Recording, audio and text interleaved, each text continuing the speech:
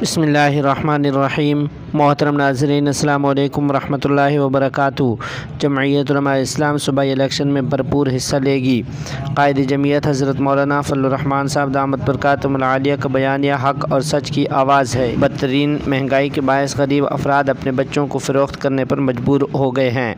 تفصیلات کے مطابق جمعیت علماء اسلام کے امیدوار MPA و سینئر نائب امیر طیب سعید لغاری، ضلعی جنرل سیکرٹری حافظ ناصر علیم بھٹی، تحصیل امیر مولانا انیس الرحمان لدھیانوی، تحصیل جنرل سیکرٹری حافظ سعید مصطفیٰ طاہر سعید لغاری اور غلام سرور نے کہا کہ قائد جمعیت مولانا فضل الرحمان صاحب دامت برکاتہم العالیہ کا بیانیہ حق اور سچ کی آواز ہے۔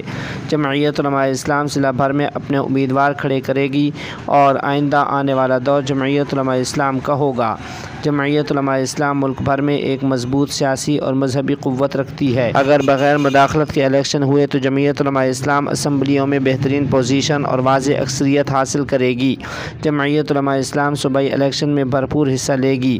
تحریک انصاف کی غلط پالیسیوں کی وجہ سے ملک میں بدترین صورتحال ہے۔ کمر توڑ مہنگائی کے ساتھ ساتھ آئے دن بجلی اور گیس کے بلوں کے بم گرائے جا رہے ہیں۔ آٹے اور چینی کی قیمتیں آسمان سے باتیں کر رہی ہیں۔ لاکھوں لوگ بے روزگار ہو چکے ہیں اور سینکڑوں افراد اپنے بچوں کو فروخت کرنے پر مجبور ہو چکے ہیں۔